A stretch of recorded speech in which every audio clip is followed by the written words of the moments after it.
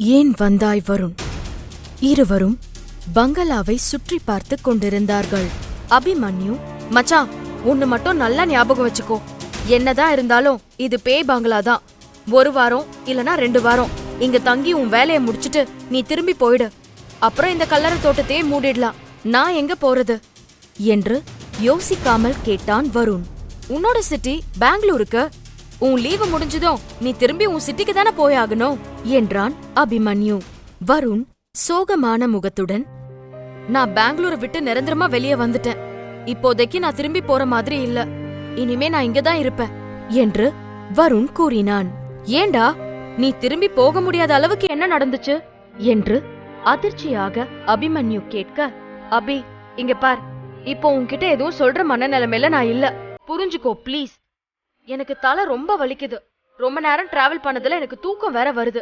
அதனால இப்ப நான் போய் படுத்து தூங்குறேன். காலையில எல்லாத்தையும் உன்கிட்ட சொல்றேன், ஓகேவா என்றான் வருண். அபிமன்யு வருணின் நிலையை புரிந்து கொண்டு தன் கேள்விகளுக்கு பதில் கிடைக்கவில்லை என்ற சோகத்தில், சரி பரவாயில்ல, ஃப்ரீயா விடு, காலையில பேசிக்கலாம். ஆனா இப்ப நாம எங்க படுக்கிறது? எல்லா இடத்துலயும் தூசியா வேற இருக்கு. இவ்வளவு தூசியில எப்படி தூங்குவோம்? அப்பாவின் ஞாபகத்தில் தன் நிலை மறந்து நின்று கொண்டிருந்தான் வருண். அபி, என்னாச்சுடா? அறையை சுற்றி பார்த்த வருண், நாளைக்கு காலையில நம்ம முதல் வேலை பங்களாவை சுத்தம் செய்யறதுதான். இன்னைக்கு நைட் மட்டும் கொஞ்சம் அட்ஜஸ்ட் பண்ணிக்கலாம். என் பேக்ல 2 போர்வை இருக்கு. ஒன்ன நான் எடுத்துக்கிறேன், இன்னொன்னு நீ எடுத்துக்கோ. இத நம்ம காலையில பாத்துக்கலாம். அதுவும் சரிதான் என்று அபி வழிமொழிந்தான். வருண் தனது பையிலிருந்து போர்வைகளை வெளியே எடுத்து அபிமன்யுவிடம் கொடுத்தான். இருவரும் ஒரே அறையில் தூங்கினார்கள். வருண் நன்றாக தூங்கிக் கொண்டிருக்க அவனை ஒரு மெல்லிய சத்தம் தொந்தரவு செய்தது. வருண் கண் விழித்தான். என்ன சத்தம் என்று சற்று கூர்ந்து கேட்க, அது டைப்ரைட்டரில் டைப் பண்ணும் சத்தம். வருண் திடுக்கிட்டு எழுந்தான். மெல்ல தன் தந்தையின் அறையை நோக்கி நடந்தான். அந்த அறையை அவன் நெருங்க டைப் அடிக்கும் சத்தம் அதிகமாக கேட்க ஆரம்பித்தது. வருண் தன் தந்தையின் அறையை எட்டி பார்க்க அதிர்ச்சி அடைந்தான். அந்த அறையில் ராகவன் டைப்ரைட்டரில் ஏதோ டைப் அடித்துக் கொண்டிருந்தார். ஆஷ்ட்ரேவில் சிகரெட் புகைந்து கொண்டிருந்தது. தன் தந்தையை மறுபடியும் உயிருடன் பார்த்தவுடன் அவன் கண்களில் வழிந்து கண்ணீர் தாளாத பிரிவின் வலியை வெளிப்படுத்தியது. என்ன செய்வதென்று தெரியாமல் அவரையே பார்த்து கொண்டிருந்தான். ராகவன் டைப் அடித்தபடி, வருண், ஏன் வெளியே நிக்கிற? உள்ளவா என்றழைத்தார். வருணிற்கு திக்கென்றது. அவர் தன்னிடம் பேசினாரா என்று யோசிக்க வருண் அறைக்குள்ளே ஓடி வந்தான். ராகவன் டைப் செய்வதை நிறுத்திவிட்டு, வா வா வருண் என்றழைத்தார். உடனே கிடுகிடுவென ஓடி வந்து தந்தையின் முகத்தை ஆவலாக பார்த்தான் வருண். அப்பா, யக்ஷினிய பத்தி கதை சொல்லுங்கப்பா என்று அவன் கேட்க, யக்ஷினிய பத்தி என்னை விட நீதான் நிறைய தெரிஞ்சுக்கணும்னு ஆசைப்படுற இல்ல வருண்? சரி, உனக்கு என்ன தெரியணும் கேளு. வருண் சற்று யோசித்து, உங்களை ஏன்பா யக்ஷினி கொலை செஞ்சா என்று கேட்க ராகவனின் முகம் கோபமாக மாறியது. அருகில் நின்ற தன் மகனை இறுக்கமாக இடது கையில் பிடித்து அணைத்துக் கொண்டார். தன் வலது கையை தன் மகனின் மார்பில் வைத்தார். என் மரணத்தை பத்தி நீ தெரிஞ்சுக்கணும்னா நீ யக்ஷினிய நேர்ல சந்திக்கணும். நீ அவளை நேருக்கு நேர் பார்த்து இந்த கேள்விய கேட்டா அவ உனக்கு தரக்கூடிய பதில் உன்னோட மரணமாதான் இருக்கும் என்று அவனை தள்ளிவிட்டு வருணை அவர் பார்த்து இரக்கமில்லாமல் புன்னகைத்தார். வருணிற்கு அப்போதுதான் தெரிந்தது இது அமானுஷ்யத்தின் வேலை என்று. அவன் யோசிப்பதற்குள் ராகவனின் வலது கைவிரல் பெரிதாக மாறி வருணின் இதயத்தை துளைத்து செல்ல அவன் வலியில் துடித்தான். அவன் பார்வை மங்க ஆரம்பித்தது. கண்களை கசக்க அவன் பார்வை இன்னும் மங்கியது. அவன் முன்னால் வந்து தோன்றியது ஒரு கருப்பு நிற பெண் உருவம். இவன் சரியாக அதை பார்க்க முடியாமல் திணற அந்த உருவம் அவனை மெல்ல நெருங்கியது. பயத்தில் வருண் கத்தினான்.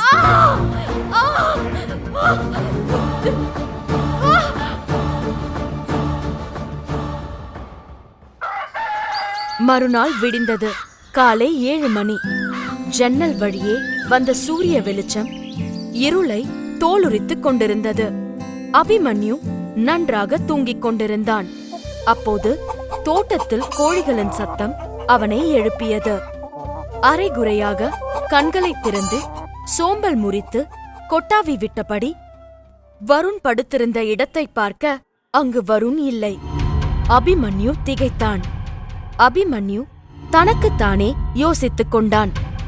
இந்த பையன் விடியற்காலையில எங்க போனா? ராத்திரி வேற ஏதோ ஒரு பொண்ணோட குரல் கேக்குதுன்னு சொல்லிட்டு இருந்தான்.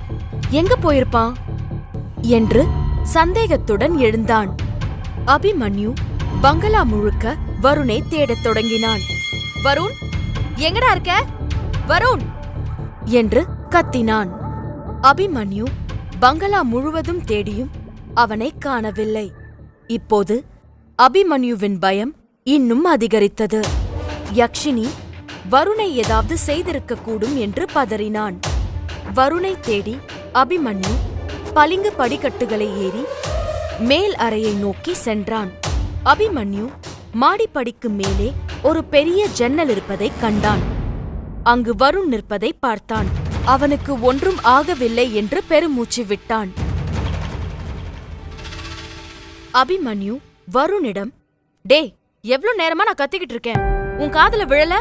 வாய திறந்து பதில் சொல்லிருக்கலாம்ல. ஆமா, நீ இங்க என்ன பண்ணிட்டு இருக்க என்று கேட்டான் அபிமன்யு. வருண் அபிமன்யுவிற்கு பதில் சொல்லாமல் அமைதியாக இருந்தான். அவன் ஏதோ சில ஆழ்ந்த சிந்தனைகளில் மூழ்கியிருப்பது போல தோன்றியது. வருணின் தோள்பட்டையை பிடித்து உலுக்கினான் அபிமன்யு. மச்சான், நான் உன்கிட்ட தாண்டா பேசிட்டு இருக்கேன், நீ வேற எதை பத்தியோ ரொம்ப டீப்பா யோசிச்சுட்டு இருக்க என்று கேட்டான். அபிமன்யு உலுக்கிய போது வருண் அந்த ஆழ்ந்த சிந்தனையிலிருந்து வெளியே வந்தான். ஏ அபி, நீ எழுந்துட்டியா என்று கேட்டான். ஆமாடா, எழுந்துட்டேன். ஆனா நீ இங்க என்ன செஞ்சுட்டு இருக்க? ஏன் எனக்கு பதில் சொல்லல என்று கேட்டான் அபிமன்யு. வருண் நிதானமாக ஜன்னலை சுட்டிக்காட்டி, அங்க பார் என்றான். அபிமன்யு ஜன்னலுக்கு வெளியே பார்க்க வெளியே தெரிந்த அழகிய காட்சியைக் கண்டு அபிமன்யு மகிழ்ந்தான். பங்களாவின் ஜன்னல் வழியாக தெளிவாக தெரிந்தது அமைதியாக ஓடிக்கொண்டிருந்த கிருஷ்ணா நதிக்கரை. அவர்களை இரவில் பயமுறுத்திய ஆற்றங்கரையும் மூங்கில் காடும் பகலில் அவ்வளவு அழகாக காட்சியளித்தது. ஜன்னல் வழியாக பார்த்த வருண், அபி, உனக்கு ஒண்ணு தெரியுமா? நான் சின்ன பையனா இருந்தப்ப அப்பா இந்த ஜன்னலுக்கு பக்கத்துல சேர் போட்டு உக்காந்து பல மணி நேரம் வெளியே எட்டி பாத்துட்டு இருப்பாரு. அம்மா எவ்ளோ திட்டினாலும் அப்பா எழுந்திருக்க மாட்டாரு. ஒரு தடவை அம்மா அவர்கிட்ட கேட்டாங்க, அப்படி அந்த ஜன்னலுக்கு வெளியே என்னதாங்க பாத்துட்டு இருப்பீங்கன்னு. அதுக்கு அவர் கிண்டலா, நான் உன் பையனுக்காக தான் காத்துட்டு இருக்கேன், அவன் இப்ப ஆத்தங்கரைகிட்ட வந்து என்ன கூப்பிடுவான், அப்ப நான் அவன்கிட்ட போகணும்னு சொல்வாரு என்று சொல்லிக் கொண்டிருக்கும் போதே அவனை அறியாமல் அவன் கண்களில் நீர் கசிந்தது. வருண் தொடர்ந்தான். அபி, லைஃப்ல நாம சந்தோஷமா இருந்த நாட்கள் நமக்கு மறக்க முடியாத நினைவுகளா மாறும். ஆனா அந்த சந்தோஷமான நாட்கள் நமக்கு திரும்ப கிடைக்காதுன்னு தெரிய வரும்போது அதோட ஞாபகம் நமக்கு கொடுக்கிற வலி இருக்கே, ரொம்ப கொடுமை மச்சான் அது. நேத்து ராத்திரி கூட அப்பா கனவுல வந்தாருடா என்று வருண் வருத்தத்துடன் சொல்லி கண் கலங்கினான். வருணின் தோள்களில் கையை வைத்து அபிமன்யு, வருண், உன்னோட கஷ்டம் எனக்கு புரியுது மச்சான். ஆனா கடந்த காலத்தை நினைச்சு கண்ணீர் வடிக்கிறதுல எந்த அர்த்தமும் இல்ல. பழைய ஞாபகங்களை மறந்துட்டு புது வாழ்க்கைய ஆரம்பி. உன்னை நீ முதல்ல கவனிச்சுக்கோடா, கடந்து போறதுதான் வாழ்க்கை என்று ஆறுதல் கூறினான். 13 வருஷமா அது கடந்து போறதுக்கு தான் முயற்சி பண்றேன்.